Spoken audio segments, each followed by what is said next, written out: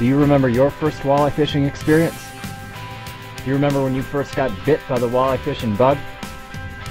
As for me, I know I can't stop talking about, thinking about, even dreaming about walleye fishing. And you know, I'm glad I'm not alone. I think for me it started when I was just a little kid taking trips to Lake of the Woods with my family. You see, I was sort of a quiet kid, and it was there where I could just be myself, you know, and where I really fell in love with fishing for the first time. And later I remember many mornings on Lake Superior at like 4:30 in the morning going for salmon and lake trout using downriggers. My friend and his dad used to take me out there. I also remember many shore lunches up on the river. So peaceful up there. I remember watching my uncle pull fish out of the lake and just the admiration I had for his skill and how much I wanted to be like him. Then a few years ago, my uncle took me to a Walleye Masters tournament in Ontario, Canada, and it was one of the coolest things I've ever experienced. We arrived the day before the competition and we were able to hang out with a bunch of expert walleye anglers. It was at this tournament that I met a guy who's a walleye tournament professional who gave me some techniques to share, and he told me a few tips, and I was blown away. I was baffled at how my performance turned around. So I became dedicated. I wanted to share what I was learning. So that's how this whole walleye fishing community that you and I are in together got started. Now, I love helping regular anglers like myself, and I've helped thousands of anglers catch more fish since that time, and I'm so grateful.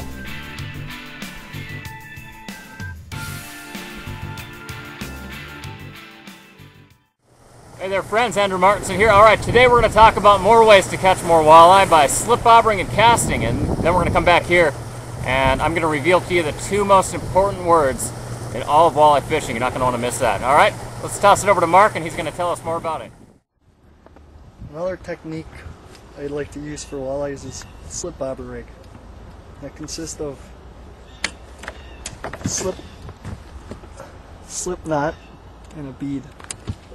Slip knot goes on the line first. Take it off the plastic, pull it tight, cut the ends, making it look that on the line. What that allows you to do is adjust the depth of the bobber at every spot you fish. You attach a sinker and a number 8 hook, number 6 hook, whatever size hook feels comfortable for you.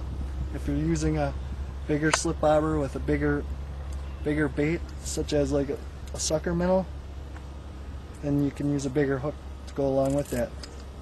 But this is another good technique to catch walleyes throughout the year. I'm going to start casting a little bit. We did catch one walleye on that, just a sinker and a hook. So I'm going to just show you how I cast and retrieve and what I prefer to use right now. I'm going to be using a size 9 sinking Rapala, or some people call it Rapala. It shows silver just to give it a little flash. And I've been, over my years on this lake, I like the silver the best on this lake. And it's a size 9, which means 9 feet it'll dive down. So I can work the weed edges with this size 9.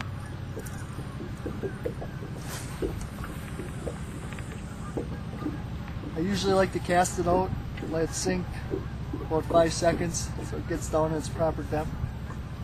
And since the water's about 49 degrees, you want to have a pretty slow retrieve on the way in. So that's it. Pretty cool, huh? These are some things you can use right away to catch more walleye.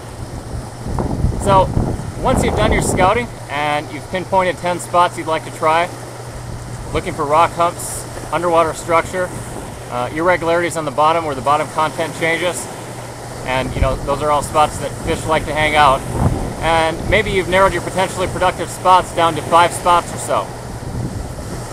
And now for the two most important words in all of walleye fishing. You know, it's kind of funny, but like every single pro angler I've ever come in contact with is notoriously insistent upon one main thing, and they practically demand that anyone who takes advice from them use a fishing log. And You know, I've discovered in my own fishing that the two words fishing log can truly, really change everything. And, you know, it's really easy stuff too. It doesn't have to really take that much work at all. So, you know, at each of the 5 spots, fish using one tactic, whether that's crankbaiting, trolling live bait, jigging, you know, whatever, and one piece of tackle for approximately 20 minutes. Then switch your tactics up, but keep the same piece of tackle on your line. Or you could fish one tactic, say you're trolling crankbaits, and you want to keep doing that. You can then rotate your crankbait every 20 minutes by switching to a different one. But the most important thing is to only change one factor at a time so you can zero in on what's working for you on that day. Every time you change a factor, go ahead and record that in your fishing log. So record this in your log along with wind speed, wind direction, water clarity, water temp, what the weather's doing, you know, whatever you want to record. Before long at all, what's going to happen is you're going to see patterns start showing up that you never knew existed before. And reviewing these entries is going to allow you to see the big picture and why the fish choose certain areas at certain times. You're now doing what we like to call turning the tables. You're testing the waters literally to find out what your productive spots are. You want to have the mindset out there that you're going out to take over the lake and make it your own. And using a fishing log is going to get you there fast. So now what I'd like to do is to give you this cool fishing log template. It works in Microsoft Excel. It was created by John B., a Walleye Fishing Secrets customer. And it was so good I asked if I could, you know, give it out to everyone in the group, and he was like, yeah, of course, man. So anyway, yeah, if you want to download it, go ahead and right click on the link below. And you can use this fishing log that I'm giving you here to track what you do out on the water.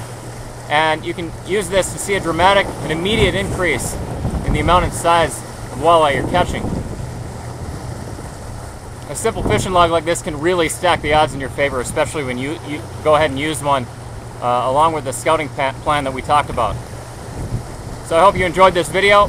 We certainly enjoyed making it for you. And when you put this to work in your fishing, you should notice a pretty good spike in your catch count for sure.